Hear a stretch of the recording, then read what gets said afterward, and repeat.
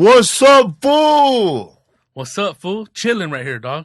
What's up, fool podcast? Yeah, man. Brought to you by All Things Comedy All Things Comedy Network. What's up, everybody? We're here, man. We're videotaping the podcast, so you can see all of us. You can see how we do it. You know, the behind the scenes. Also, we have if we could just tell everybody right now to go to felipesworld.com. That's my webpage, felipesworld.com. And then on felipesworld.com, you know, we have a podcast page on the podcast. A podcast page on the webpage. Yes. Right there, people, you can see the behind the scene photos. Oh yeah? Everything from the beginning one? Bro, like you getting ready to throw in a laugh. you practicing your laugh going everything, bro. Practicing. Doing push-ups, you know. I've been improvising it, dog. Me over there in the back over there stealing a coffee cup from the employees. You know, things like that. Because there's also pages of merchandise. There's tours. There's but if you go to the podcast one, you can see all the podcasts that we ever did. I know, like, sometimes on iTunes, they don't list all of them no more, right? So all the episodes, you can get them if you want them. All the episodes. Ready to go. All you can, everything, man. Oh, yeah, fool. And also we have a web series that's coming out called The Shop, and you can see that also on our Felipe's World webpage. And it's produced by All Things Comedy. So all the info for Felipe and on the podcast, the webcast, all on felipesworld.com. Yeah, and speaking of the shop, we also have a shop on the webpage where you can buy the What's Up Fool podcast hats, and also the paintings are What's Up Fool podcast photograph, the one with me holding the headphones in front of the 6th Street Bridge. And that painting was done by Ernesto Llerena. The poster? The poster that you signed, man. Yeah, and man. all that money from those posters go for some art class in El Centro. You know, because they need class in El Centro, man. Because everybody that just draws deserts, bro. Like, how many pictures of cactus are you going to have, bro? It's an oasis, you know? It's an oasis. And I don't know, man. Yeah, man. So most of the money for these posters, they go for this art class, you know, for art lessons. Hell yeah, dude. And they get to learn how to paint all stuff other than water, you know, and dates. Hell yeah. And palm trees. Also, man, if you want to buy stuff, not from us or from anybody, just say you want to download stuff from Amazon, just go to Felipe's World page now and just go through our Amazon link right there, and you can just get it through there, man. And we don't get nothing out of it. It's totally free. This is all free stuff that you can do to help us keep the podcast going. We ain't going to stop going, man, but we're going to just keep doing it, man. Spread the word. I don't want to beg like they're doing those jazz stations. Have you seen those jazz stations? I've been listening to that shit. My God, dude. By the way, make it a $10 donation, a $100 donation, a $1,000 donation, whatever you can donate. Yeah, we're going to have the jazz caravan, and we're going to have loaded over 50 people deep, and everybody's going to have Anjelah Johnson free DVD. Anjelah Johnson just donated we won't say how much Anjelah Johnson's donated to the jazz festival. We're just trying to keep this station going. We're here at the All Things Jazz. Most shows are 1 hour long. Our show is only 12 minutes, so we're almost off the air. But if you give us the donation, it'll be an hour long. We're gonna spread this. The Jazz Caravan. We got Tito Puente. Not Tito Puente. We have his cousin, a guy that they kicked out of the band, you know, and he plays bongos too, but Tito Puente said, "There's only one bongo player, fool. What's wrong with you?" Hit that timbali. Yeah. Also, Tierra will be there. Not the actual Tierra. The other brother. You know, they broke up. There's two Tierras. There's Tierra 1 and Tierra 2. No, for real, man. There's two Tierras. There is, right? Yeah, like you said, there was two Temptations. And Zap and Roger, all that bullshit. Yeah. Remember Roger and Zap? Yeah, fool. That's the original, huh? He's the original of Computer Love. All that shit, dude. Give me some computer love, bro. Some computer love. Fuck, how would it fucking I'm fucking stumped. I don't. All right, people. All right, man. Speaking of stumps. Said computer love.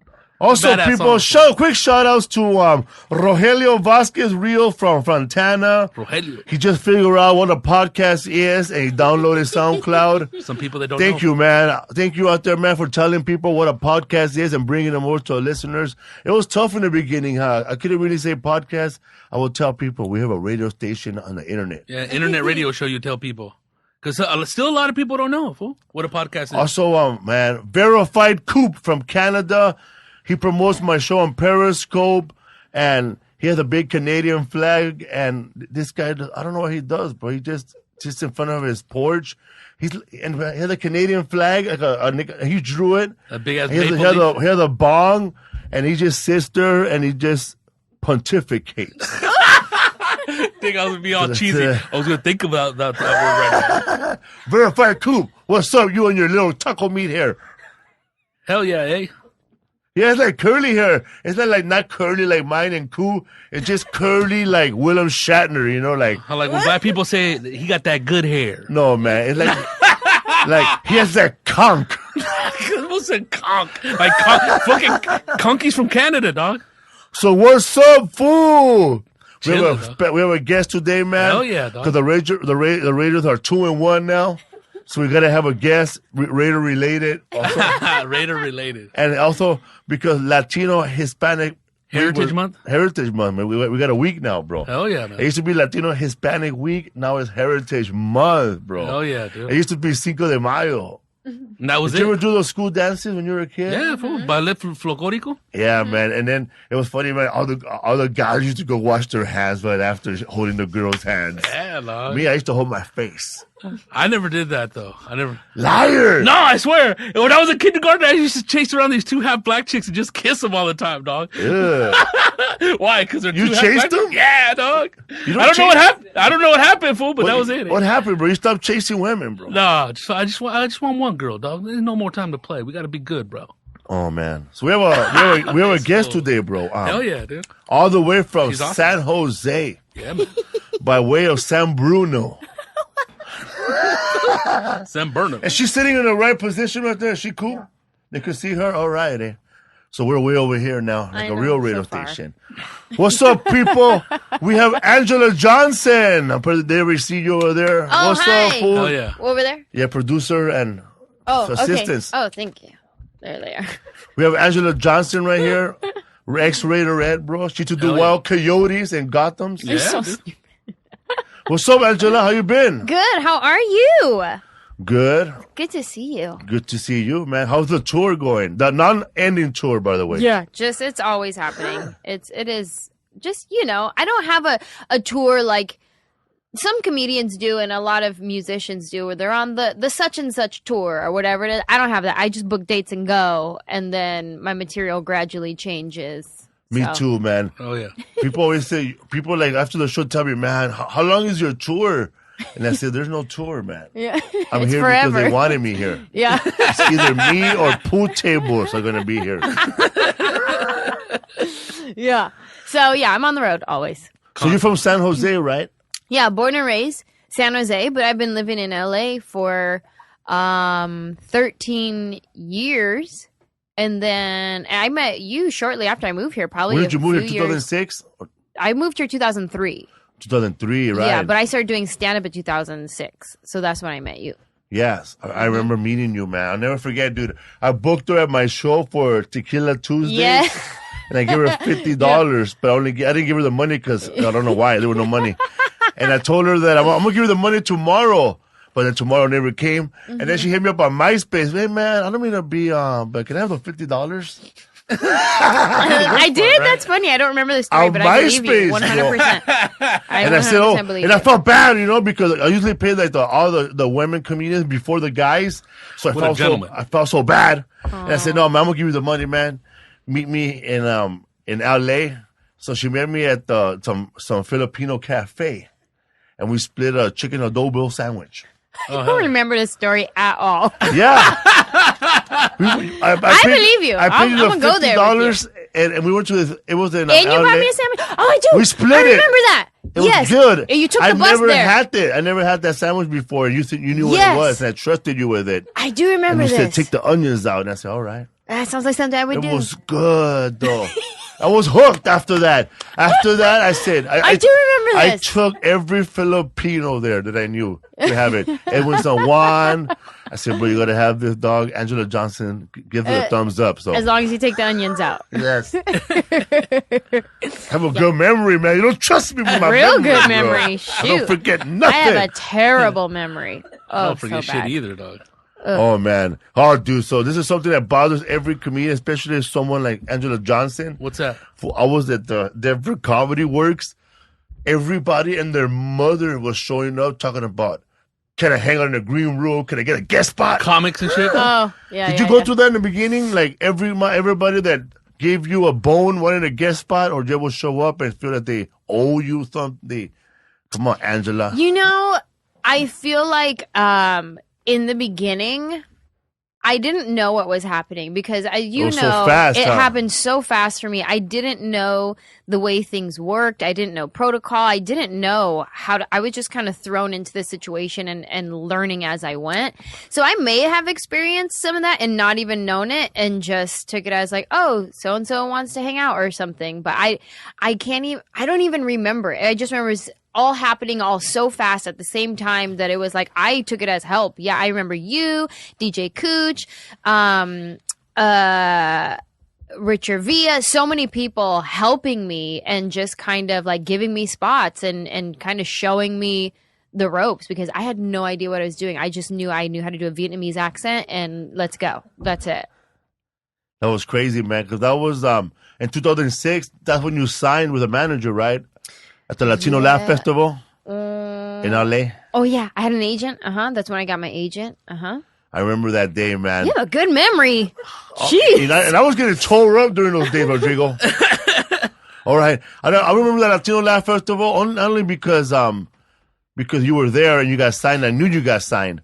But also because I was so drunk and they brought a limousine to pick me up to do a 10-minute set. I said, what? And I remember I was a waist 38, but I didn't know I was a waist 40 now. And I had none of my pants were fitting.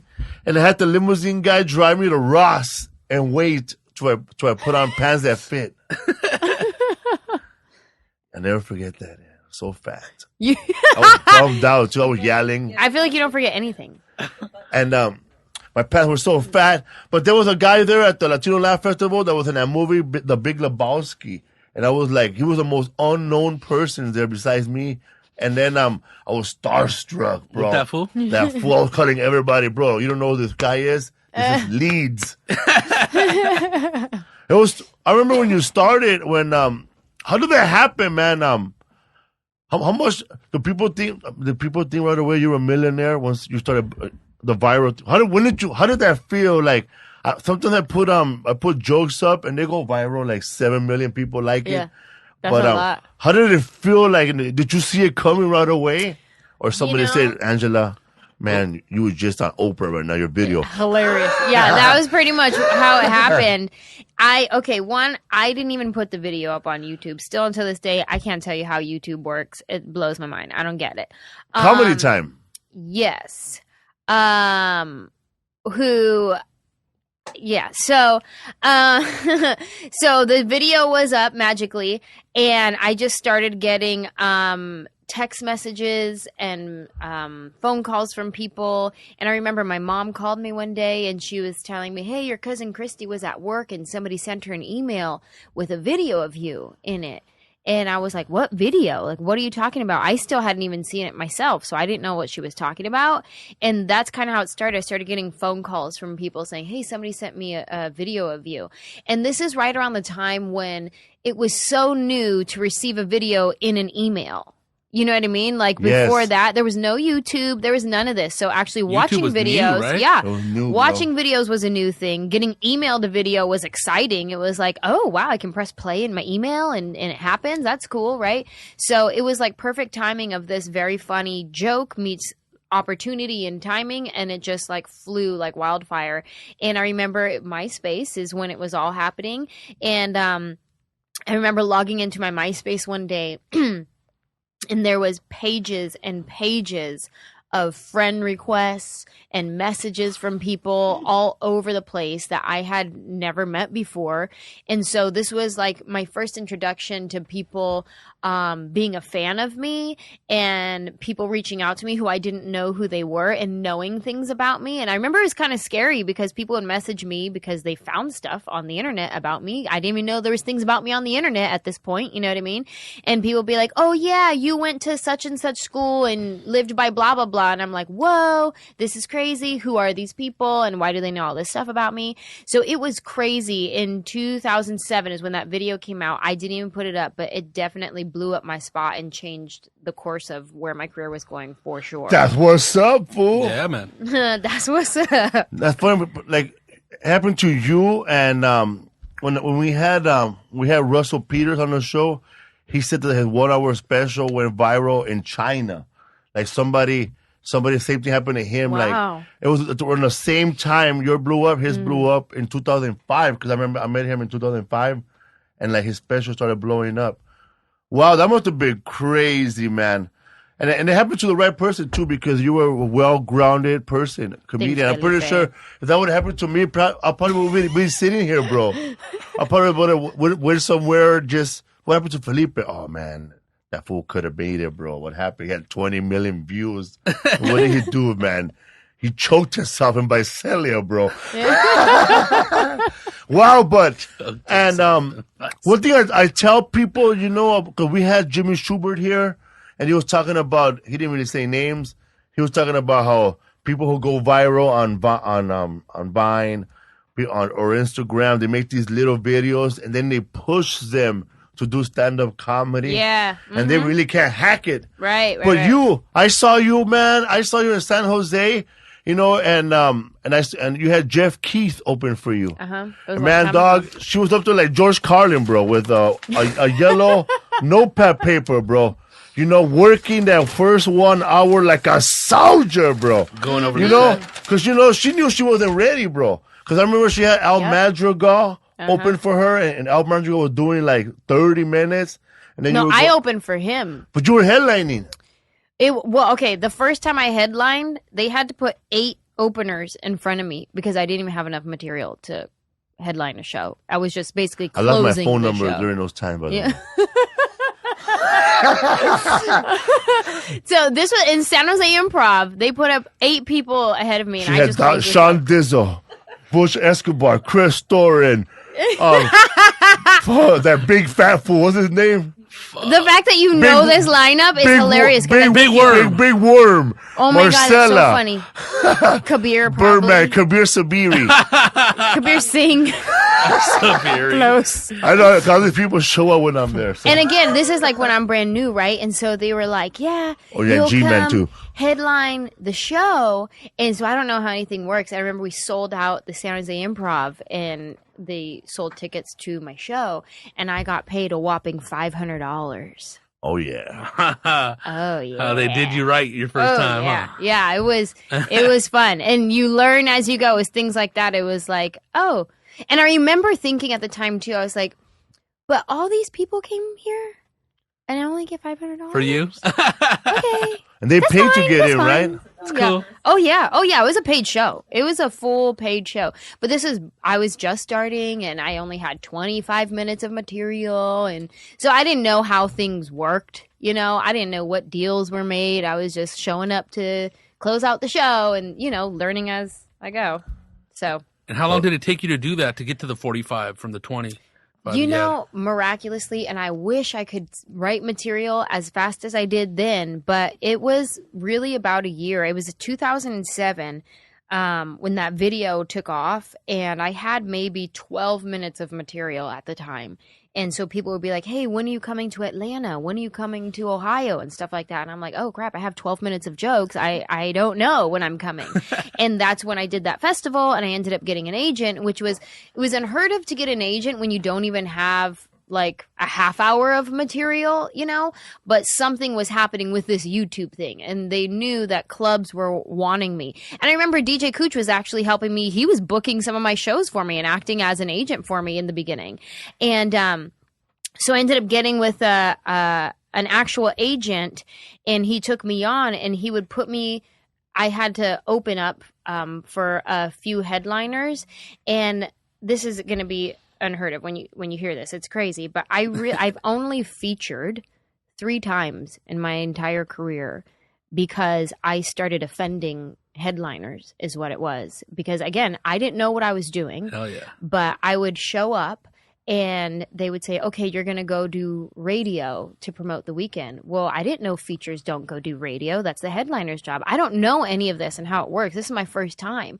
And so I would do the weekend with the headliner, and it would be most of the people there were coming to see me.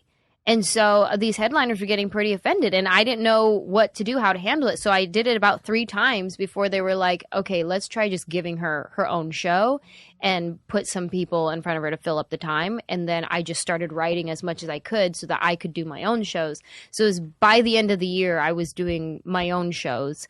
So it took me about a year to get to at least 45 minutes of material, which is still crazy to write that much material in a year. Hell yeah. Now it takes me, I don't know how long. Go months before I'm like, I don't have anything to say. There's nothing going on in life. You know what I mean? I don't have anything to talk about, but I don't know. It was when the pressure was on, and it was like, yeah, let me do that. But I really have only done full feature weekends, for Tom Rhodes, Al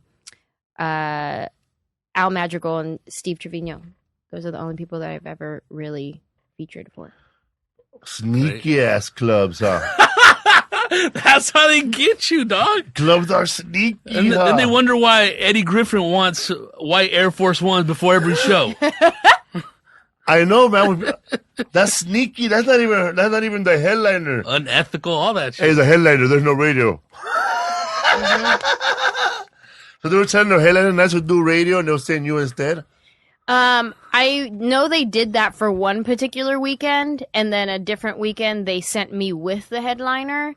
And luckily this guy was very gracious, and I think he knew that I didn't know what I was doing. So I could tell that it was hurtful for his pride, for his ego, but he was very gracious with me and just kind of talked to me through it a little bit. And but that was my first weekend out, so he knew I didn't know what I was doing, but you could tell it was a little sting there. And but I learned, and it was unfortunate because I think people got upset with me, but again, I was like, oh, this is my second time doing this, I'm sorry.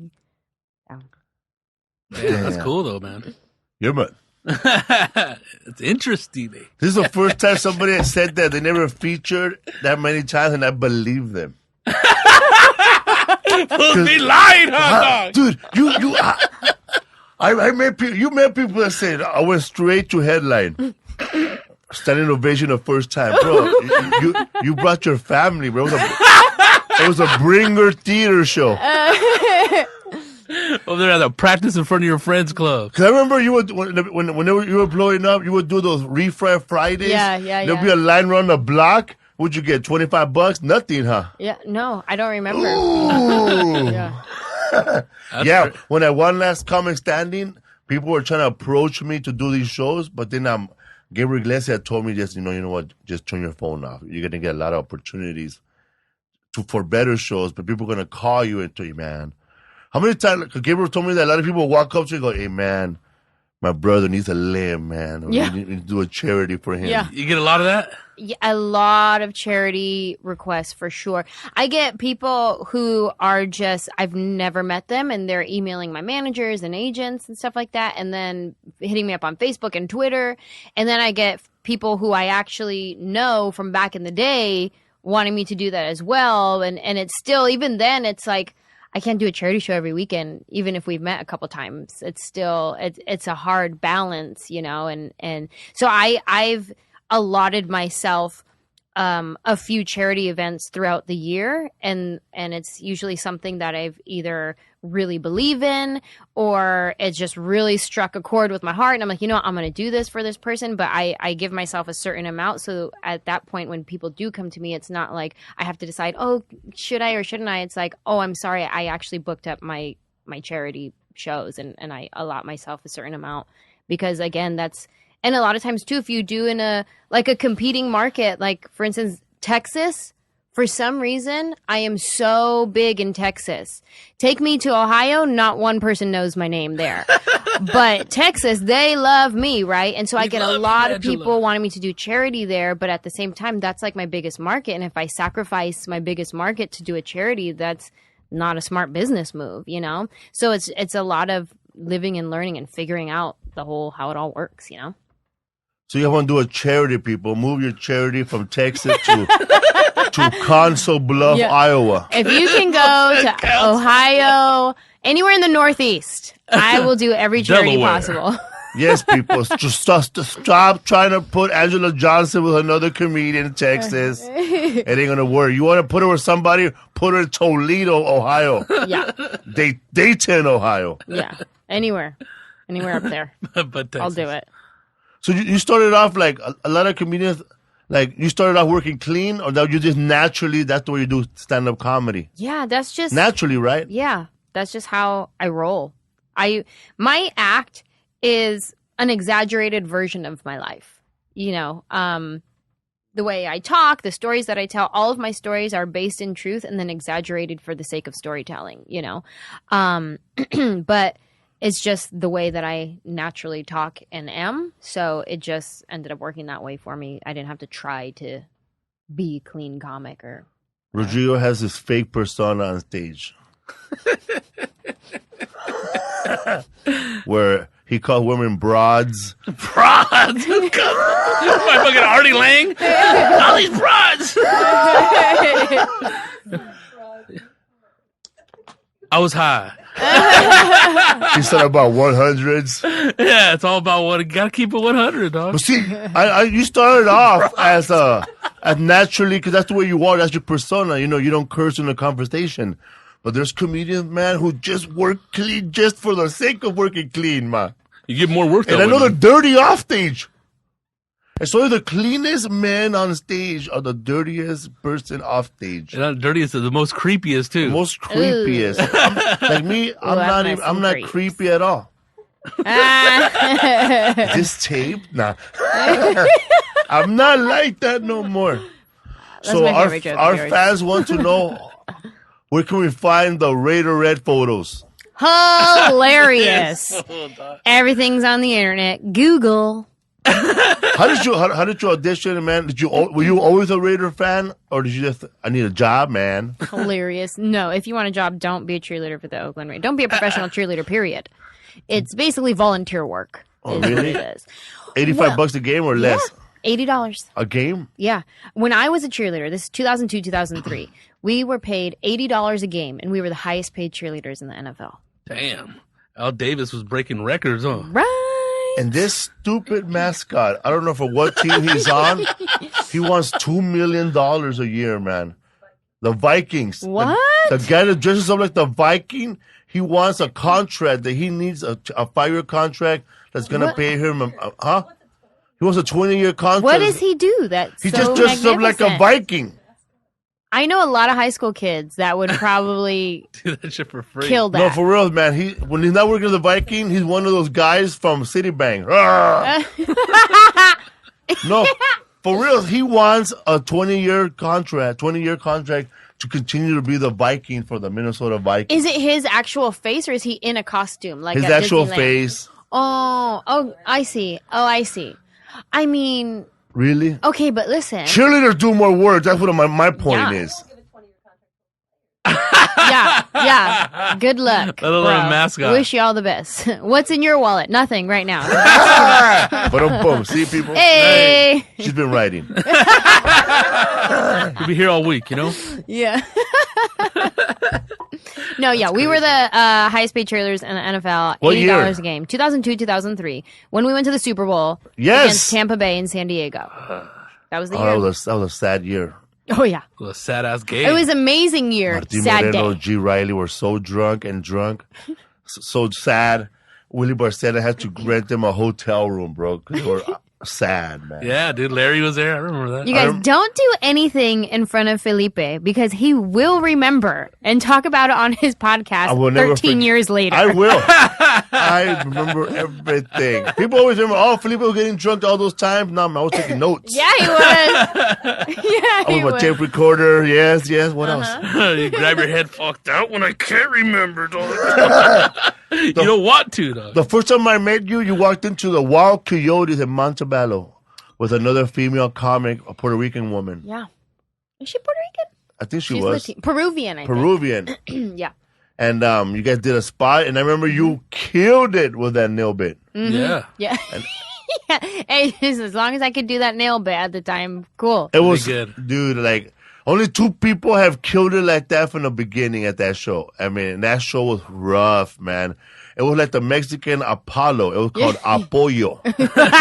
No apoyo. And it was bad, man. And only Gabriel Iglesias was the first person that ever where everybody was like, wow. And then next thing you know, you see him on TV and you go, oh, yeah, man. That fat guy used to eat ribs here. Chicken wings. Man, when was it? 2 years ago? When was it? In 2011, 2012? When the end of the Mayan calendar. There it is. I was spreading rumors at radio stations that man. He goes, the world's gonna end. I said, yeah, bro, the world's gonna end, man. There's gonna be a big comedy show with Paul Rodriguez, George Lopez, Anjelah Johnson, and Felipe Esparza, bro. The end of the world tour. That would have been a good show. It would have been a good show, bro. $150 a ticket, bro. Yeah. Only for true ballers. Yeah. Those are the nosebleeds. We're going out with a bang. Alcohol will be sold outside the theater. Do you ever get that? You know, when people get too drunk at your shows? Rarely. So I know people drink in Texas, man. Yeah. I've had a few times where I get the really excited girls who don't know that they can't handle their alcohol until they get to my show. But I love you, Anjelah. Yeah. I brought 10 people. Yes. Yeah, there it is. That's exactly. Were you there? It was, yeah. That's what it is. You get this? The Rodriguez family loves you. No, I don't get that one, but that is good. I get the we love yous and all of that, and I get a lot of woo girls. I hate woo girls. Woo! Yes. I hate woo girls. Yeah. Yep. Woo! Yeah. Woo! And then if you try to get him to stop, then it's... You've had some mean woo ones off. I hate woo girls because there's always 2 woo girls in a bachelorette party. Yeah. Yeah, it's the hate worst. woo And you try to girls. get them to stop, and then they're like, we're just having fun. Woo! We're just... Why are you kicking us out? Woo! I hate woo girls, and I hate older women with their agreeing laugh. Mm-hmm. You tell them. You tell... They call me number 5. Woo! I hate woo girls, man. Woo girls. Woo girls are cool. I bet you love the woo girl. He's He's on cleanup. How about this guy? Anjelah, man, we're going to be at this club next door for the after party, so you're going to be there, right? I do get some of those, but rarely. And I think, I don't know if it's maybe just the vibe that I give off that, no, I'm not going to go to your after party, but I don't get invited too often to after parties. I think it's because people know I'm just going to go back to my room and watch Law & Order SVU. And so they're like, whatever. Thanks for the good show. It's fun. But I get, after my shows, a lot of girls that want to be my best friend. And I love that. That's like such a compliment to me that after my show, they could... They're holding you like this the whole time, huh? Yeah. Uh-huh. I gotta go. After my show, they want me to move to Tulsa. They're like, yes, come be besties. Fucking Tulsa. But it's such a compliment. Wow. That you were able to relate to somebody for an hour on stage to the point when they're like, oh my God, let's be best friends. Like that, it's a compliment to me for sure. I always trip out on guys who do that, bro. Bro, you're like, you just spoke my life right now, bro. Have sex with my wife. Don't mind if Here, I will. you can have her. I don't want her just like you, bro. That's what we relate to, man. We both don't want her. Do you ever get people that go like that judge you because you're a Christian, right? Uh-huh. Your mother's Christian, your dad's Christian, or you have raised Catholic? Yeah, my parents raised us Catholic, but we weren't involved in the church too much. I did my first communion You and never got hit with a ruler? catechism. No, I got hit with a lot of other things though. But I did my first communion and catechism, and then my parents got divorced, and I guess we weren't allowed to go to the Catholic church anymore. I'm not quite sure how that worked out. And then separately, they started going to Christian churches, and then so they started raising us Christian after that. That's that thing, bro. When you're in a Catholic church and you want to get a divorce, and then you gotta pay the church, and if you don't pay, you can't come back to the church. Really? Yeah. That's what it was? Oh, I didn't know about that. What? An annulment. That's only when you get married, You though. pay a little fee to that church. Oh, wow. Yeah, and that takes an envelope. Yeah, Oh, a fat envelope. Snaps. So you I guess that's why we left. We were poor. You guys just go church hopping. Yeah. Catholic church, would be asking for too much money all the Too time with much that basket, money, man. man. Yeah. Again? Yeah. I mean, how many times are we gonna kneel? And they don't want change anymore. They want dollars, fool. Like in our church, there's always a menudo sale at the end of the church. Hilarious. I would have money to eat, but I gave it all to you guys. That's funny. Because the priest knew that everybody was hung over, bro. Oh, yeah, that's smart. So Father Greg Boyle, he'll be like this, Hallelujah, afuera va a haber menudo, $5 por el vaso. And then like That's there's smart. people that saw people. There was people there that would buy like whenever there's a menudo sale at church. Know this at a Catholic church, people show up with their own little pot and go, how much for a pot of menudo? Ooh, really? Oh, no, to put it in there? Ooh, Yeah, take home so, to so go. people take a pot of menudo from the menudo sale. He'll go like, how many? Just give me 10. Fill it up. I'll fill it up for $10. So he'll fill up the whole pot for menudo. Then he takes it home. It would be by cups, bro. And while he's Yeah. filling up the pot with menudo, you gotta train your kids to steal condiments like tortillas, cilantro, and onions. do you like menudo? Yeah, I don't eat the tripe, but I do like menudo. I like pozole better because There's it's- meat. Yeah, there's meat that you can actually eat and not like Weird suck on the cuts. slime. Rodrigo love the tripe, man. I love menudo. Menudo's bomb. He's tripe sushi, huh? Hell yeah, dude. Ooh, The trifecta. ooh. So how long you were a Raiders cheerleader for a year? 1 year. Yeah, 2002, 2003. You don't travel as a season. cheerleader, huh? No. Wow, Only the man. Super Bowl. So we got to travel to the Super Bowl that year. So that was nice. What was that like when they lost? What was that vibe? It was depressing. It was like, I remember it was really unbelievable. Because if you remember like how many interceptions were thrown that day, it was like, wait, is this a joke? So it wasn't like, oh, close game. I was a beat down. No. It was like, I remember us all looking at each other like, what is this? What are we doing here? We're like embarrassed at this point. You know what I mean? It was a fun experience to be there, but it was embarrassing. It was, yeah. It was bad, man. Cheerleader were writing the resumes during the game. You didn't remember when we were at Willie's house and he had all that Raider stuff up, and then by the end of the game, that fool got all drunk, started tearing that shit down. And then this fool will say, that fool needs to jump off the porch now. That day I was watching the game from the laundromat, dude. The laundromat in Silver Lake. I was doing my laundry. That's a sad day. Watching them lose the Super Bowl at a laundromat. That's a sad day. Then I was drinking my Newcastles, and then I drove with my laundry to Willie Barcena's house, and everybody was drunk and sad, dude. That was horrible, dude. Yeah. Eating cold carne asada, dude. And you want to reheat that shit, dude. Oh, that's funny. No, yeah. So you were I never knew this that Bonquiqui, that's you made up that character. It's not a Yeah. character made up from Mad TV.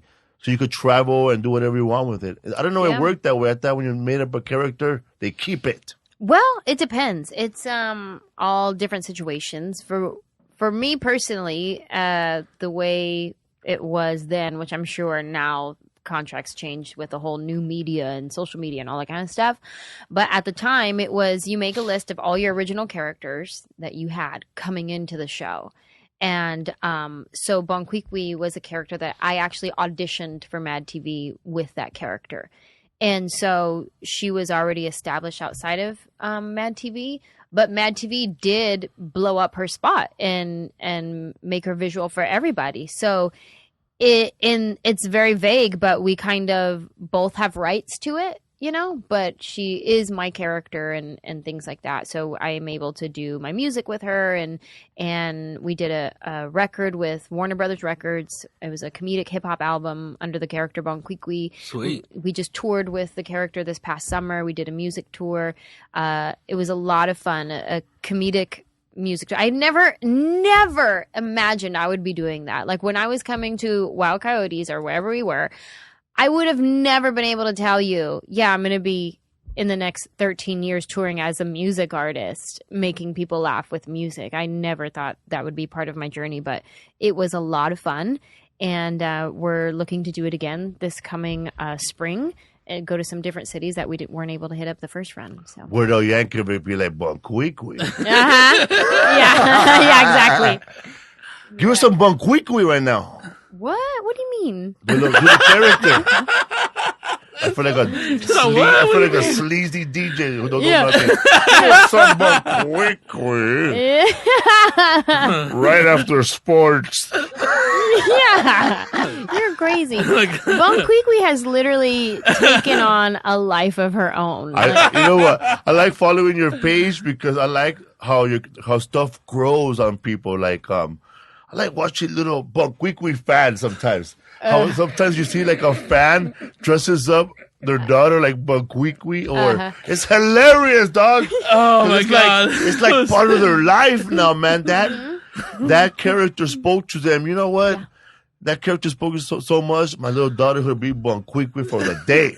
This was a little Bonquiqui fan. Like, I see people dress up their kids like Felipe and Gabriel at the same time. I met a guy in Denver who his son looks like Gabriel Iglesias. He's fat, you know, he's greasy, he's unhealthy, he has bad knees, you know. The son. Yeah, and then his other son has long hair, chubby, oily face like me. You know, he's saying "foo" all the time. He's eating chips like no hands, I just no hands, that shit. Just crunching up the chips and eating them. And I said, "Wow, this guy created his sons into characters." That wasn't a character they were playing, or they? No, he dresses up like his son. One of them has long hair, and the other one looks like Gabriel. And he did it on purpose? On purpose. Oh, wow. He likes well, at least it was so on much. purpose. It was on purpose. Oh, my God, dude. Well, what an honor to have a mini you come to your show. So what is that like, man? Your life is this. When we're going to see the Anjelah Johnson World Tour finally? Not this. Anjelah Johnson just going to be here performing. Right. Like a world tour, like the Victory Tour, like the Jacksons. Yo, I would love to conquer the world, but I'm still working on Cleveland right now. So. I'm glad you're keeping it real like that, fool. Like people keeping it real. Like people say, "Oh man, she's selling out everywhere." We just found out Cleveland's tough. No, oh my God, I'll tell you right now. The whole Northeast has no idea who I am. It's so funny. I'll talk to Joe Coy about this all the time. We'll call each other and just make fun of each other. Like if one of us has a really good weekend, the other one has a terrible weekend, then we definitely rub it in each other's face. But so anytime I do terrible, I'll call him right away and be like, "Oh, you're going to love this. I guess how many tickets I sold this weekend?" And he'll be like, "What, like 300? No, try again. 11. Yeah. Yeah, I sold 11 tickets to one of my shows. How big was the theater? 50? Well, no, it's the Improv. Oh, the Improv where? Cleveland. That one right there by the ocean, that little seat right there, that little. Oh port. Man, I don't know. I never been there. I'll tell you when I get there. Oh, you canceled? They wanted to cancel. They called me. What year was this? This was Tuesday. This Tuesday? Yeah, this was last Tuesday. Shut up. Yeah, I've been there, man. You know, funny when I was there. They gave us this. Listen, man, we're just going to start giving tickets away. Oh, no, yeah. They were hard. It's insane. They were hard. Your host got to do this and that and all that crazy shit. We had 277 people there one time, all giveaways, but we didn't reach the bonus because the bonus was too was 300. I said, man, you're gonna let me slide 23, fool? Yeah, they had a radio host feature for this. You know, something to say to that. Gabriel taught me this one, and I didn't. Again, not knowing how things worked. But I remember there was one weekend where I had that kind of a deal where it was you get a bonus at X amount of people being there. And let's say it was at 300 people being there, right? And I remember this one club manager was so shady to me. It was 300 people was my bonus, right? And he's like, 298. You were so close. God, I am not kidding you. I am sleazeball. not kidding you. 2 tickets away. And I was like, really? And they ran out of alcohol that And week, he too. wouldn't give me my bonus. And I'm like, I got pocketed that serious? shit. That's why. And I remember talking to Gabriel Iglesias about it. And he goes, so then why didn't you just buy those 2 tickets? And I said, I don't know. I don't know what I'm doing. And so he's the one who taught me. He's like, yeah, weigh it out So what your bonus his own is. tickets. If you got to get your Damn. bonus and you're 10 tickets away and you still are going to walk away with more bonus than you would buying the tickets, then just buy your tickets. And I was like, oh my God, that's so smart. I wish I would have knew that. Hella slick. But yeah, that was some shady stuff. So That is shady. That's a slick ass move, though. Oh. Well, you almost sold out by 10 tickets. Martin, go buy them. Yeah. Oh, unreal. I will 100% That's a do that. good if that- move, more, bro. Thanks. yeah. That's a good move. Yeah. That's slick. Fool. That's happened to me so many times. You got chosen on it, dog. Look at man, you were just shy. You could have sold out, but we gave away these tickets. You really didn't meet the bonus. Any way they can to get Wow, they around must it. have made. Well, that's crazy. You went through all that because I went through all that too, but I didn't. I thought it was just me. No. They fuck with everybody. Oh, yeah, it's- if This they never can. happened to you where you already it's wow, because I know that you were shy that much, 298. That means the club made a killing in food and alcohol. Yes. They should have let that slide though. Of course they should have. Ethic would I have said, would've. yeah. Hell yeah. You Ethic would have said, oh my gosh, we want you to come back to our club. Let me go ahead and give you the bonus. And I remember, you know who And did this build. for me? What's his name at Ontario Improv? The manager? Yeah. Josh? No, before Josh. Clark's cool. Clark was so amazing to me. I remember when and it was like Clark did this to me probably 2 weekends before this club manager did this to me, right? So it was like 2 weekends before that I was doing Ontario, and Clark, I was probably a good 45 tickets away from the bonus. And he said, you know what? I'm going to give you this because we want you to come back to our club. So just like as a sign of good faith, here's your bonus because we want you to remember us and come back to our club. I was like, okay, great. So that's the way it should be done. Hell yeah. You know what I mean? This fool over here said, so close. Really? Hell no. Or sometimes there's places where you know you're gonna do well, but they say, how about if I just I'll bring you in on Tuesday night first. What do you mean? Like they know, like you do well at other places. Like this happened to me in the beginning. Oh, like, I couldn't come in on the weekends, so I had to sell out Tuesday night at the DC Improv first. Before they'll give you a weekend. Yeah, Yeah, that I'm sure. killed it on a Wednesday night. Oh, right? And then, okay, yeah, we'll bring him back. And we'll bring you back, but we're gonna give you a different percentage from that one day, though. I know on that one day you got 75% of the door. Well, we're not gonna give you 75% of the door every night. Mm-hmm. So then it changes now because they know if you can sell out 100% of the tickets on Wednesday, and we're giving you 75% of the door, we're not gonna give you that much for the Friday and Saturday. Are you crazy? 40% of the door. Damn. I think That's at how it that works, point, huh? yeah. Straight At that gangster point, you shit, have dude. to, Theaters, huh? yeah, you have to just put your foot down and you say no, and then you let them weigh it out. Do they want to lose you? You know, like you saw what I did on a Tuesday or a Wednesday. And yeah, you're going to be taking a risk giving me a whole weekend, but that's the risk you take. But I'm not coming unless you give me the same percentage. If they say no, then you move on. You go to the next club and somebody will give you that and you'll start building it eventually. But yeah, but no, I still, like I said, there's some markets where I'll sell out a show if I put the tickets on sale right now and I'll go there tomorrow. They'll sell out. And Chicago. nope, not Chicago. I do well in Chicago, but that's not one of my I got a biggest guy markets. that you could work with, that you could, every time you go to Chicago, you're going to say, wow, I am shocked that this happened. I know this promoter named Mikey O, and I headlined there. Joe's Bar. How many people that host? 300. But with but it's one of those rooms where it could be more if they take out all the seats, because it's like a house of blues. Yeah. But this guy named Mikey O, he has a mailing list, and he knows how to reach Latinos.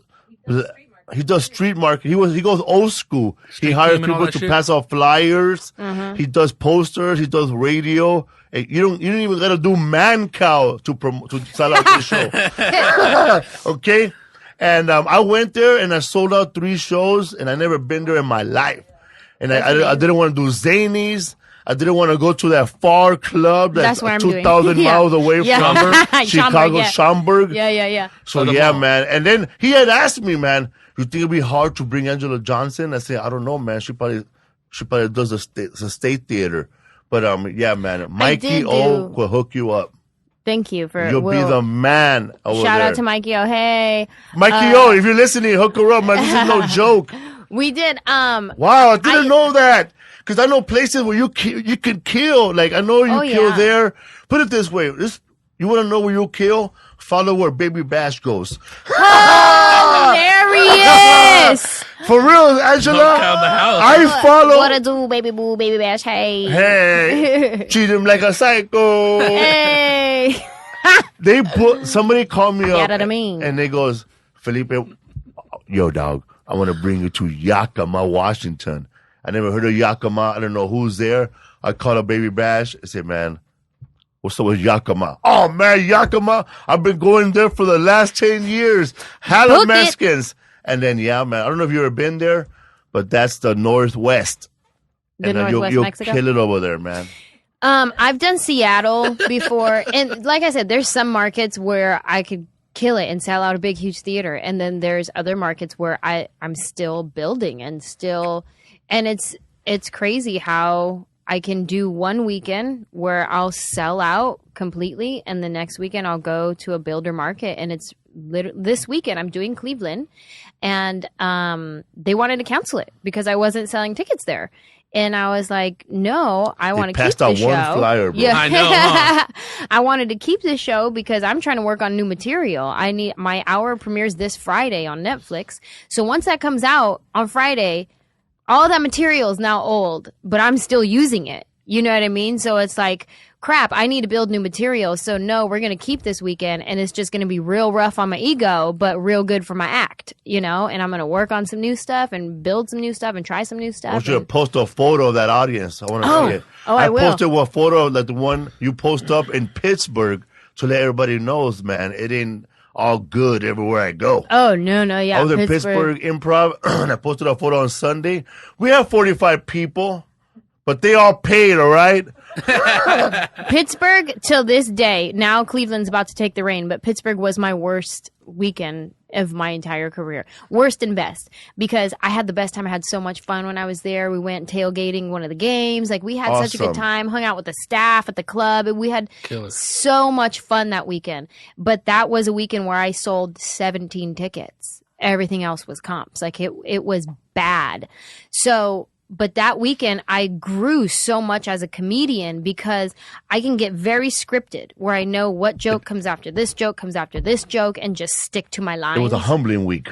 Oh, it was humbling for sure. Very humbling experience. And I get afraid to take risks. I get afraid to try something new because I know what works. So let me just stick to this. If I have a sold out crowd, I don't want to try something new and disappoint people. Let me just give them my hitters because they all paid to get here, So now I'm in this crowd where there's maybe 30 people in the room.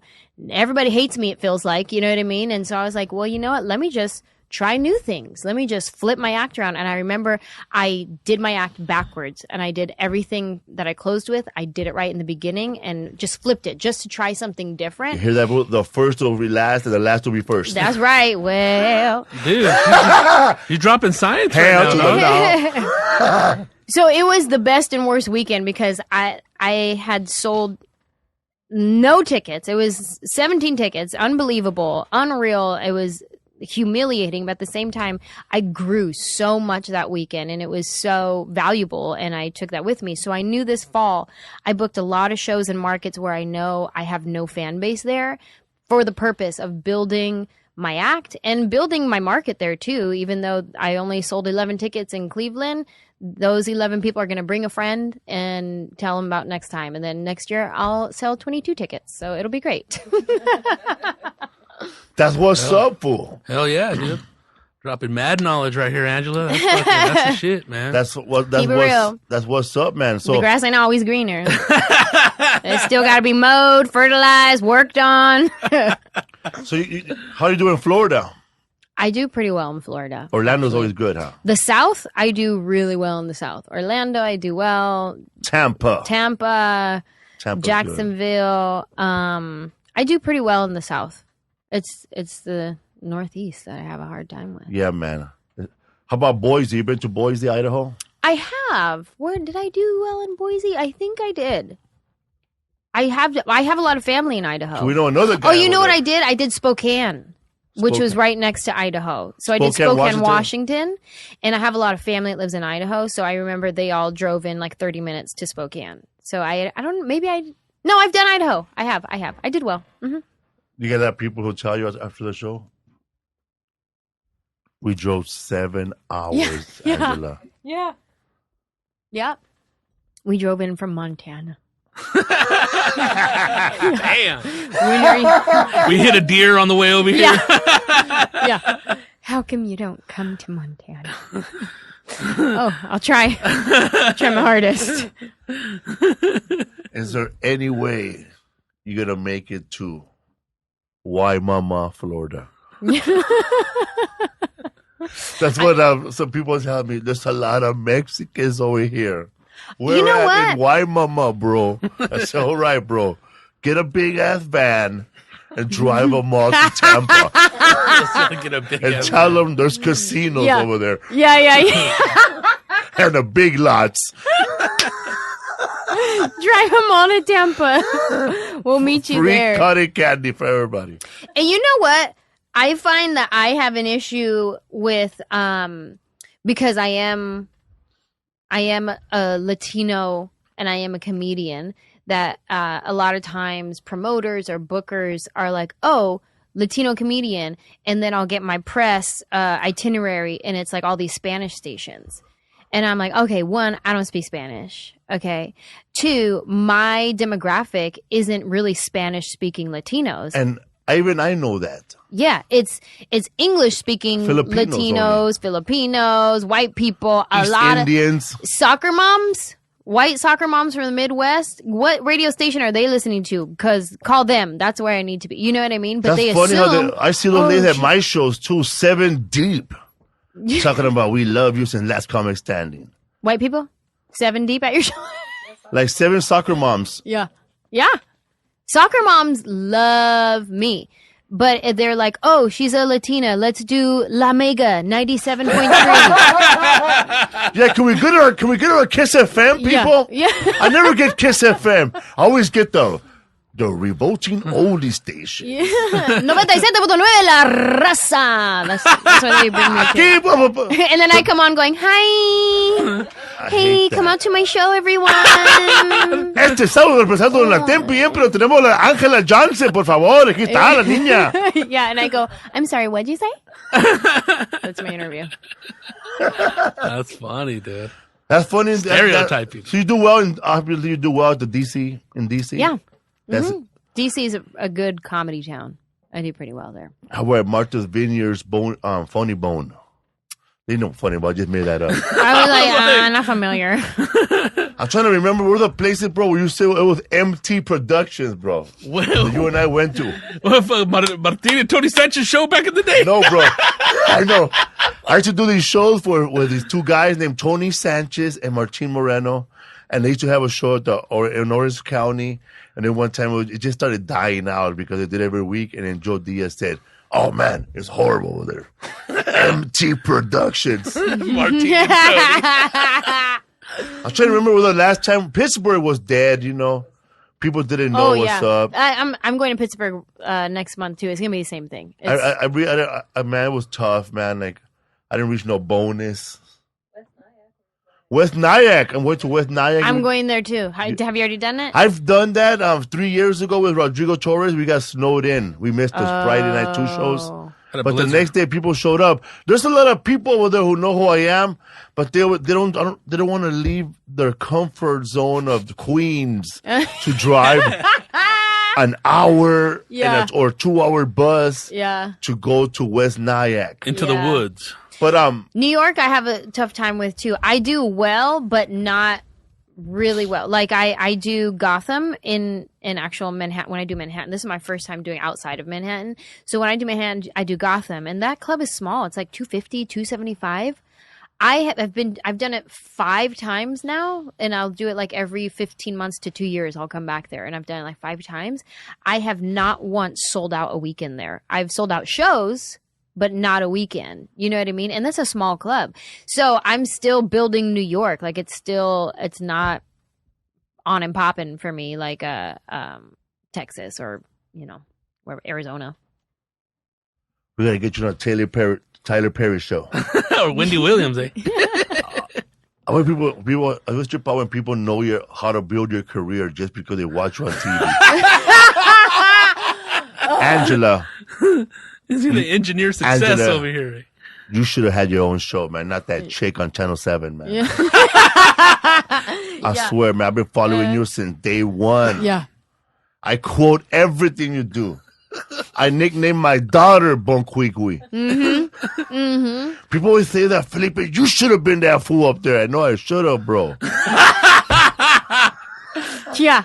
I should have, bro, but then I'm the guy who won last comic standing, bro. I'm glad that happened right now. Yeah. Oh, thank you for telling people to vote for me, by the way. Yeah. Anjelah Johnson told people to vote for me when I was on last comic standing. Of course. Russell Peters did it, and Gabriel Iglesias did it within 2 hours, people. That's why the other comedians didn't have a chance. We're deep. Yeah. That shit was tight. So you speak Chinese or Vietnamese, or you just make that up? What?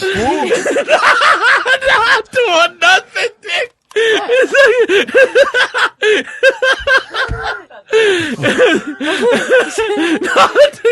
See, this is my fan base right here, man. I don't know how to write jokes. No, fool. I stutter everything. No, but you don't speak Spanish. Like, all right, fuck it. So do you speak Vietnamese?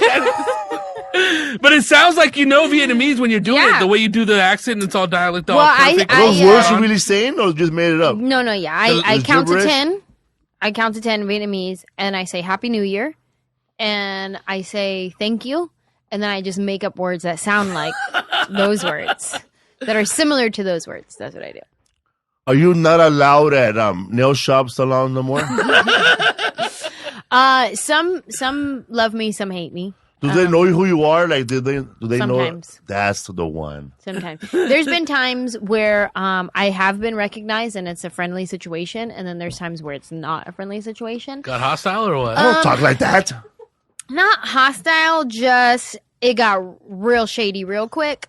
I was in Orlando, Florida. I went into a nail salon, and the girl, I went to get a mani-pedi, right? So I started with my manicure, and she's doing my manicure, and she got real cold all of a sudden, just like not friendly. And she's talking to them in Vietnamese about me, clearly. And I'm like, okay, maybe she recognizes me or something. And she's like being a little rough with my hands, like just filing like real rough. And I'm like, oh, that's weird. She's saying something to the girls in the back. And I hear one of the girls in the back pull out her phone, and she didn't have her volume down. And I hear her pull up the video, the nail salon video. So as soon as she pulls it up and she turns it down, right? So clearly this salon was not a fan of that joke. So as soon as my manicure was done, I was like, okay, I'm done. Thanks. I'm not going to get my pedicure here. That's okay. Thank you. Whatever. I just paid and I left.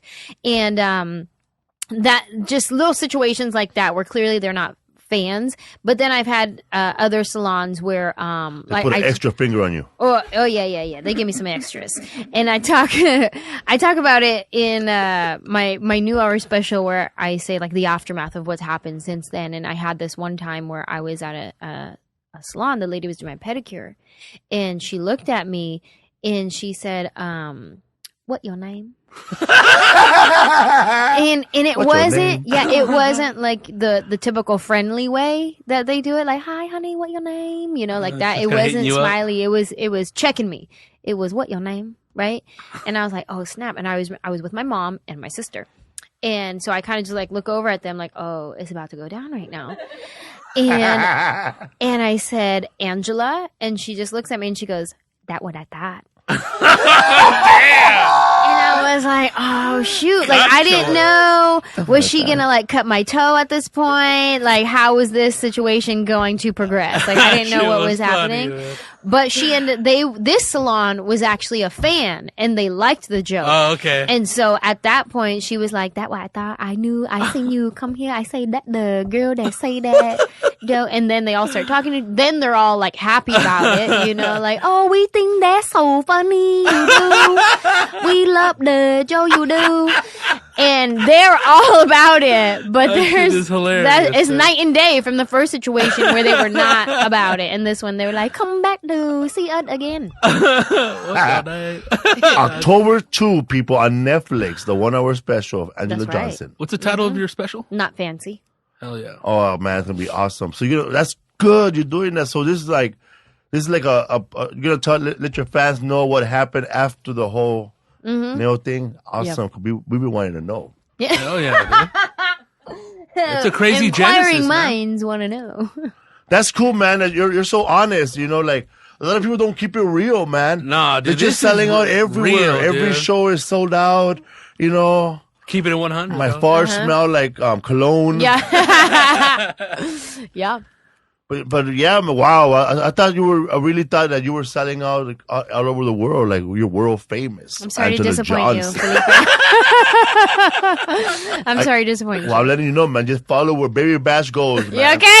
Because he goes to We should do a tour together. We should. Parts Unknown with Felipe Esparza. Yeah. That's a good Anjelah title for a Johnson. tour. Yeah. Let's do it. And Have you been to Canada?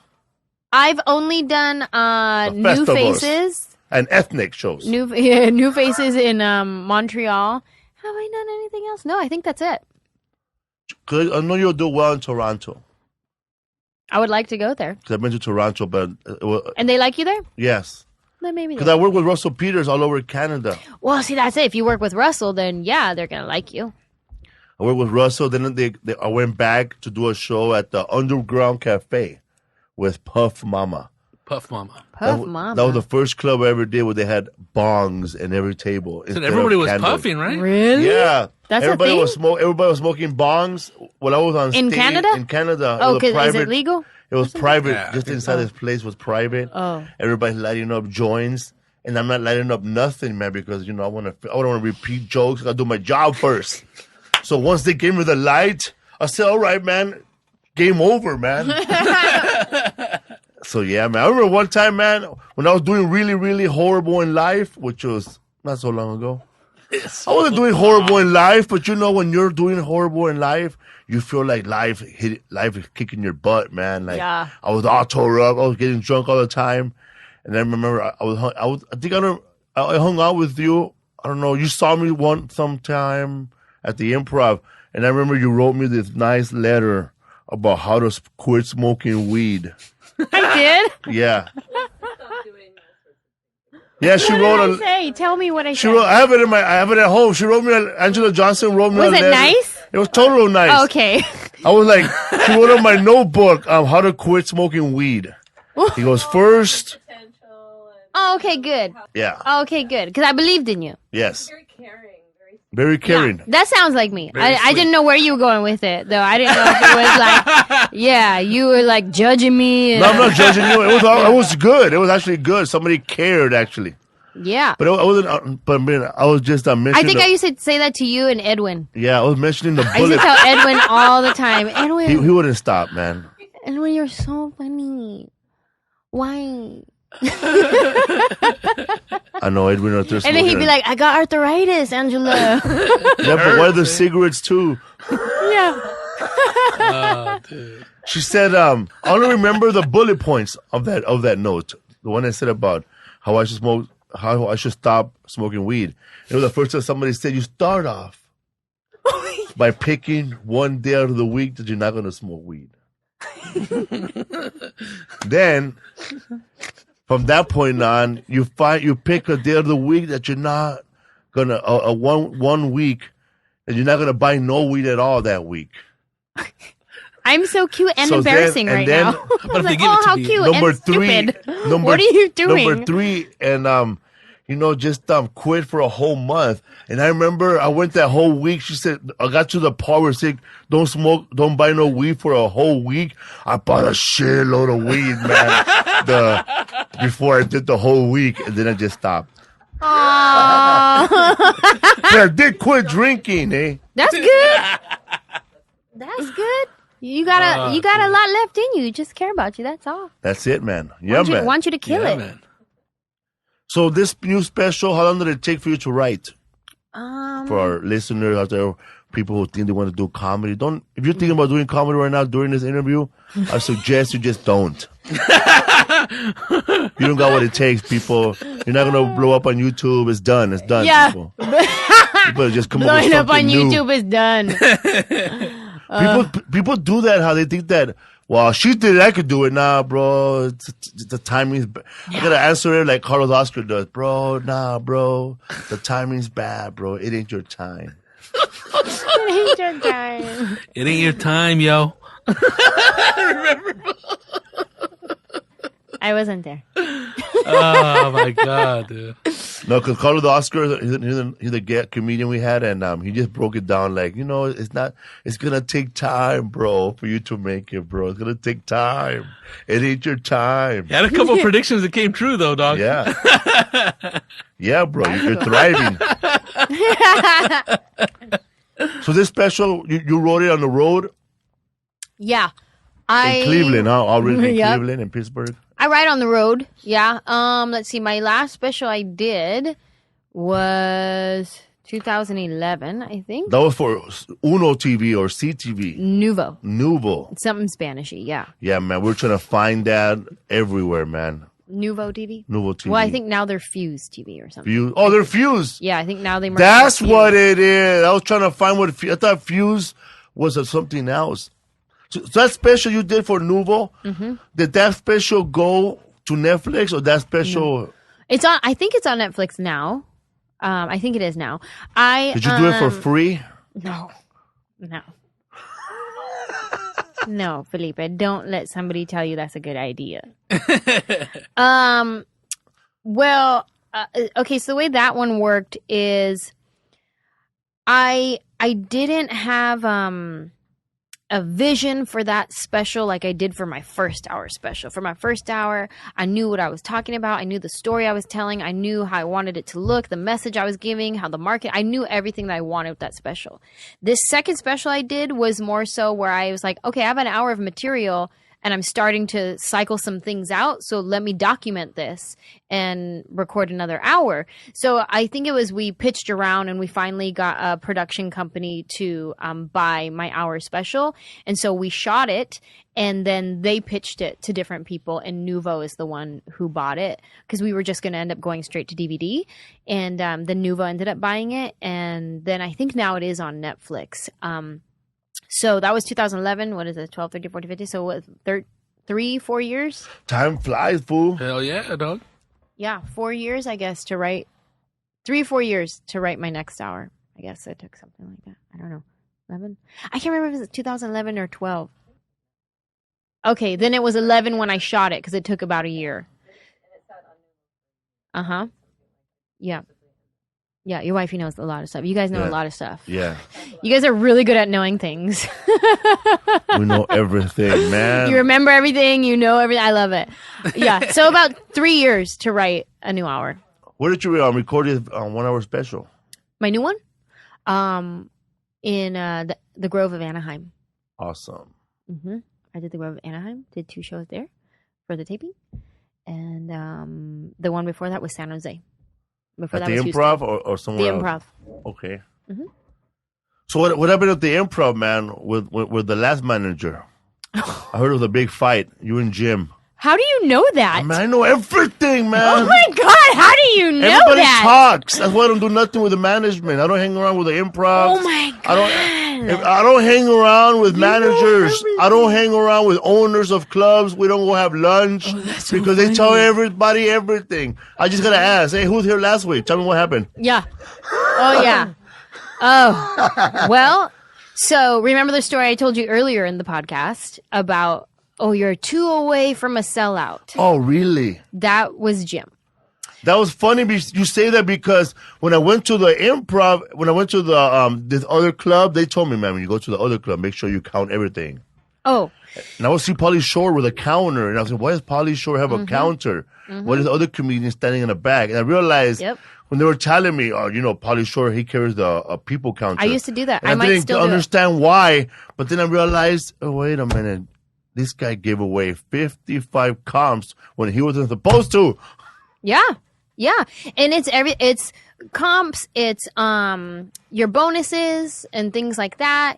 And I used to do clickers a lot, and then I started doing more theaters, and you don't count the theaters. But now that we're doing clubs again, we'll probably start bringing the clicker out again. But yeah, exactly. It's keeping the club accountable, and it's just letting them know that you're watching, one, and that they can't pull one over on you. So already it's a mind game. It's like, hey, we're friendly. We're coming in here.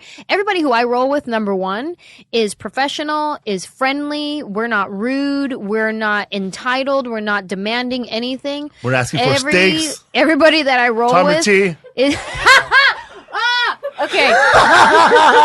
I know that one too. Oh my God. Oh my God. Oh my God, you know everything. And okay, so it's like we come in friendly and we're like, hey, we're here to do business and you're here to do business. That's great. Let's work together. You know what I mean? And some people are shady, some people are not. And you learn who is who by the end of the weekend. So we would come with our clicker, and my former assistant would count every person in there. So by the end, it was capacity is 350, right? And so they were paying me for 350 tickets, but she counted that there's 372 people in here. So those extra tickets, where'd that money come from? We need to make sure you add that in the end. You know what I mean? So it's like, well, our capacity is 350 and you sold out every show. So here's your check. And it's like, okay, but you stuffed in an extra 30 people per show. So where's that money? You know what I mean? And so that's why you count your rooms. It's to hit your bonuses, things like that. So it's, again, learning situation that I learned from watching other comedians and hearing how things go. But yeah, back to what's his name at the San Jose Improv. That was one of my first experiences with him, and just many, many other things where he just really tried to ruin my character and like spit on my character and who I am as a person, and spread that around to other clubs about me. And I remember she wanted blankets. Oh yeah, I have a blanket in my rider because I get cold in the green room. It's cold like it is right now. Yeah, I'm not going to travel with a big old blanket on the airplane everywhere. No, so can you just put a little blanket in my green room? Thank you. But anyways, he basically made it sound like I was a huge, huge diva to other clubs and stuff like that. And I remember I done his weekend at San Jose Improv. We sold out 8 shows at the San Jose Improv. Damn. It was insane. The very next weekend was my Pittsburgh weekend that I just told you about, which was my worst and best weekend because I only sold 11 tickets or 17 tickets that weekend. So I went from San Jose to a very humbling Pittsburgh the very next weekend. But when I got there, we're just, hanging out with everybody, taking me to radio and stuff like that. And I remember hearing one of the staff say, wow, you're nothing like the email that San Jose sent over. What? Yeah. And I was like, I'm sorry, what? what did they say? And then all of a sudden it was lost. They couldn't find it, what he said. You know what I mean? Because then they realized they just got caught. But he basically hacked, bro, by Snowden. Told them, watch out for me. I'm a diva and blah, blah, blah, and all this kind of stuff. Damn. And they're like, yeah, you're nothing like what he said, blah, blah, blah. And I was like, wait, what did he say? And so like that was like strike 3, that with the past and just other little things that he would do that were real. Just why? What is wrong with you? I know. So, why would people do that? She was so nice. So I told, because I have a really good relationship with the Improv. So I told them I'm not going back to the San Jose Improv as long as he's the manager. And I never went back for I think 6 years or something. And I ended up doing the San Jose Performing Arts Center a couple times, and I would not go back to the Improv because of Jim. And then he left, and I came back. So. And sold out 11 shows, people.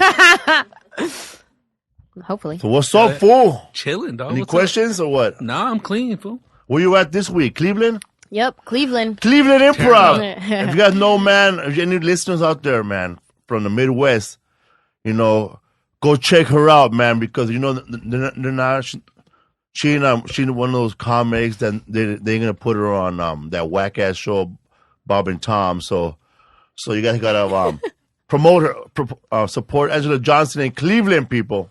Hey, come on. Have you done that show? Those Midwest radio shows? I don't know. Me neither, man. I don't know if I have. Tell me the last time I went to the Midwest besides Chicago. Indianapolis. I did I did them. I did well there. It was all right for me. Yep. People from Chicago drove over there. Yep. Those were my fans. Yeah, so just go back to Chicago, basically. I always trip out, man, like when I do a club, or it doesn't happen no more, but because I check it out now. But for all you headliners out there who are listening, man, this might happen to you. Like you look at the contract and then you see this guy spent that much on advertisement. Yeah. But I don't see it anywhere. I don't see it anywhere. Yeah. Where's the billboard? Yeah. Yep. So what Lisa and I do, when we do, my wife and I know I go to a place where it's tough, you know, like Tampa or Orlando. Mm-hmm. I send an email out. Listen, man, if you have a business, this goes out to people out there right now. If you have a business out there right now and you want to promote my show and put a poster that I'm coming to your town, I will give you 4 tickets to Thursday. Okay? 4 tickets to Thursday or Sunday, wherever. Yeah. And you'll get in, man. And I will promote your best show. Shows. I will promote your shows on the internet. I'll promote your shows on my page, man. I'll let everybody know, man, that your barber shop hooked it up. And that's how I do it. That's good. And they show up, man, happy on Thursday for the best show. I love that. That's good. So, you want to tell us about more shows that are coming up? That's actually a really smart idea. I should probably hit up every hair salon. They'll do it. Cleveland. Oh, by the way, Anjelah and Yakima, all my tickets are sold through beauty salons. Really? Yes, the guy that promotes is a woman. She owns a beauty salon. People go there for hair extensions, and they get their nails done too. And they buy some weird women's clothes that only women know about. And they do eyebrows, man. And the whole time there's flyers of my show, and the lady sells tickets there. And the women that go in, they go, "Oh my God, my husband loves Felipe. I'm gonna buy 4 tickets." Mm-hmm. So just to let you know, man, beauty salons in Cleveland is the way to go. That's funny. I do the opposite, where I do sports radio stations, because I know that these wives tell their husbands about this like nail salon joke, and then, babe, it's so true, blah blah blah. So I'll get a lot of husbands at my show. They're like, oh yeah, she tells me all the time this and that, whatever. So I'll do sports stations, and a lot of times like, oh, that's the girl my wife likes, I'm gonna get 2 tickets, you know, that kind of thing. So I do badass. what you do, but opposite. Good, man. Rodrigo, what you got coming up, man? Nothing. This Saturday at Ice House Stage 2 with Juan Garcia, I'll be there. And if you guys need exterminating, hit me up through Instagram and Twitter. My paper's low right now. Haven't worked with Mondo for 2 weeks except for today. But let me know if you guys got roaches, rats. Don't let nobody bite the baby. You do exterminating? Yeah. Please, the all best that shit. exterminator right That's here. Good. Yeah, man. Yeah, Listen, man. We have an exterminator. I have a very close relationship with my exterminator because had I known, It's all gravy. I hate spiders. I don't know if you follow me on Instagram or anything, but if I have an encounter with a spider, I'm going to post it. And I just recently moved, and we live up in the hills now, where my backyard is basically a forest. And so I have a lot of spiders everywhere. Like, I walk out of my door and I just walk through a spider web. Like, that's my life now. So I've had exterminators at my house. Once a month they'll come out, and we're on I text him pictures. I'm like, bro, what is this? I just found this. He's like, oh, it's just a wolf spider, don't worry about it. Well, oh my god, I'll show you a picture of this spider I just found.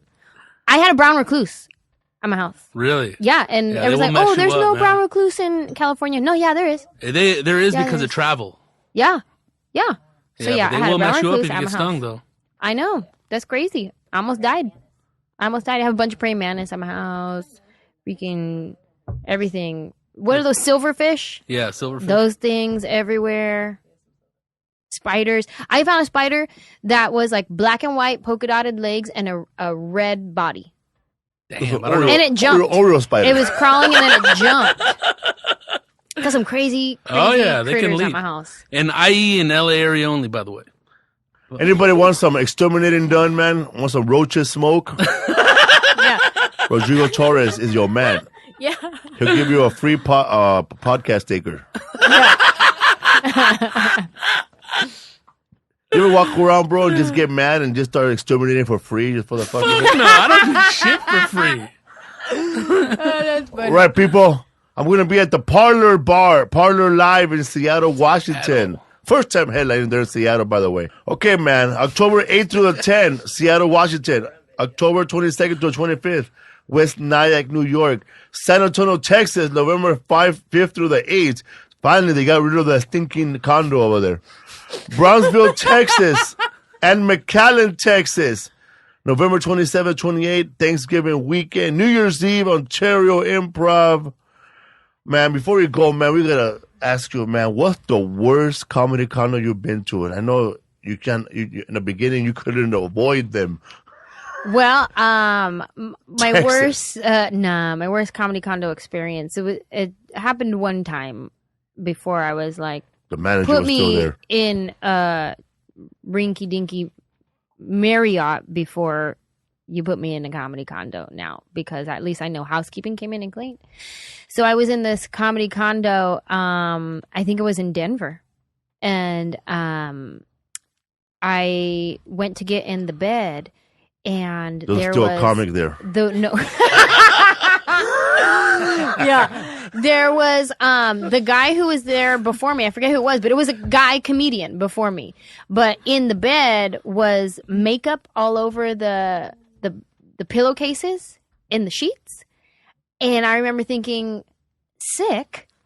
One, you didn't have somebody come clean the sheets from his groupie scenario, and I'm about to get in this bed right now? Hell no. I almost got into a groupie fested bed. I almost had to call you to come and exterminate the groupiness off the bed. It was disgusting. But yeah, it was that a long time ago? Oh yeah, that was a long time ago. Oh man, because I was in Denver at that club last week, and that condo was probably the best comedy condo in the whole wide world. It's a nice condo. Oh, it's a nice condo. Oh, the same one, the one that has this real big, like a loft. Yeah, it's maybe it's different then. It was a nice condo, but it's so you did Comedy Works in Larimer Square. The one in downtown. Yeah, downtown Larimer Square, and it's like maybe 2 blocks away in a high-rise building. Yeah, it's a high-rise building, but it's in the second floor. They changed it. They might have changed it. Yeah, It's you might be in a real one. nice This one then. looks like I'm in the set of the MTV Real Ooh, World. that's nice. No, this was older. It was nice. It was big, but it was older and had mascara on the sheets. So Damn, man. She slept it had face groupie down. evidence. It had Bit the pillow that night. groupie evidence. She stood there crying.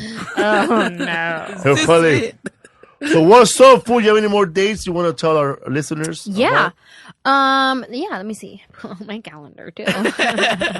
I will be in how about you just tell me? Cleveland this weekend. Baltimore, October 17th weekend. In Baltimore, you're in Timonium. Timonium. We were there. Timonium? That jukebox. Magoobies. Magoobies. Magoobies. Magoobies or Magoobies. Magoobies. Magoobies. The owner's Yeah. real cool. Okay, good. He'll I'm drive doing you around wherever you want to go. Magoobies. And then the San Jose Improv. It was intense. Levity Live. I'm doing them November 6th, 7th. Bring a jacket. Yep. Pittsburgh Improv. Chicago Improv. And that's it. And then Tommy T's for New Year's Eve. Yeah, man. Tommy T's. There you go, Felipe. I'm going to take you to radio right now, man. Hope you don't mind, but I brought my dog. Tell her with your wife, you know? Hey! She's gorgeous. Yeah, His man. wife. The whole family, they should have a reality show. They get together before the show. This is the lies we're going to tell the comedians, all right? I love them. The dog's like, "Brrr." Yeah, funny, they man. do have their dogs everywhere. I love them. They have though. a little pig running around too. A little pig? Yeah, a little pig. That's cute. It's cute, little pig. I always pick that fool up, man. He's so Aw, I rough. never saw a pig. It's I'm vegan though, man, so I should like this pig now. That little bulldog, too, for a while, Yeah, huh? man. That little pig, man, it's so small, man, you can just throw it in lard, bro. Was that potbelly pig? Yeah. Aw. So what's up, fool? You got the dates. Go check out Anjelah Johnson. Anything else? Anybody? And check out her special this Friday on Netflix. Check out her special on Netflix, people. And also, Yeah. man, take photos of it on Instagram and post it up. Yeah. So people can know what the hell you're watching. And they go, oh, man, I didn't know Anjelah Johnson had a special. Every day, just tell somebody, go watch the special. That's Yeah, man. right. Hashtag Anjelah Johnson. I'll find you Hashtag on Instagram. Anjelah Johnson. That's with the J, people, all right? That's right. ANJELAH. Yeah, man. Yeah, Hell man. yeah. Anything else, fool? That's it, dog. Also, people, if you want if you have lice in your house or ants or Lice? anything, We Rodrigo don't do take care lice. of it. What's up, fool? Shave your baby's head. Picture time.